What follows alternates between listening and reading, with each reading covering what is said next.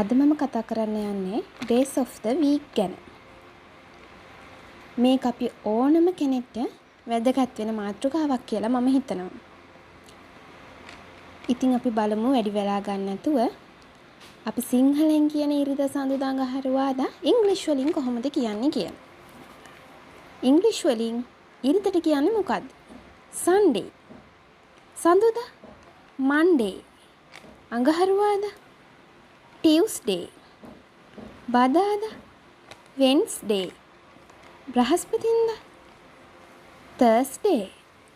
සිකුරාදා Friday.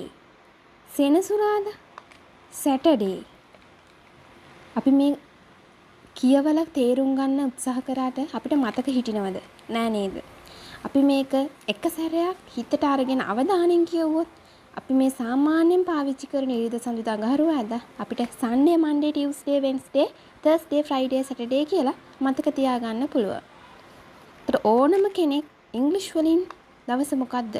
මේ week එක මොකද්ද කියලා අහුවොත් අපිට කියන්න පුළුවන් හැකියාවක් එනවා. ඉතින් ඔයාලා try කරලා බලන්න. මේ සතියේ දින 7 අපි ජීවත් වෙනකොට අපිට ඕනම වෙන දෙයක්.